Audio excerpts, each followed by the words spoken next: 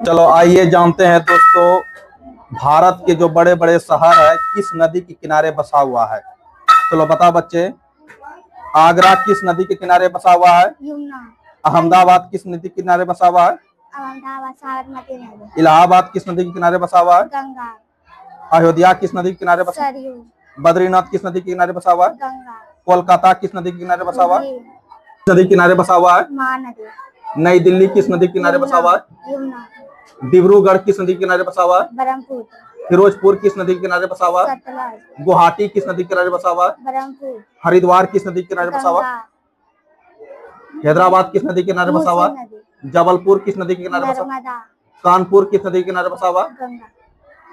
कोटा किस नदी के किनारे बसा हुआ है? कोटा चंबल। जौनपुर किस नदी के किनारे बसा हुआ है? गोमती नदी। पटना किस नदी के किनारे बसा हुआ है? गंगा। राजमुंदरी किस नदी के किनारे बसा हुआ है? गोदावरी।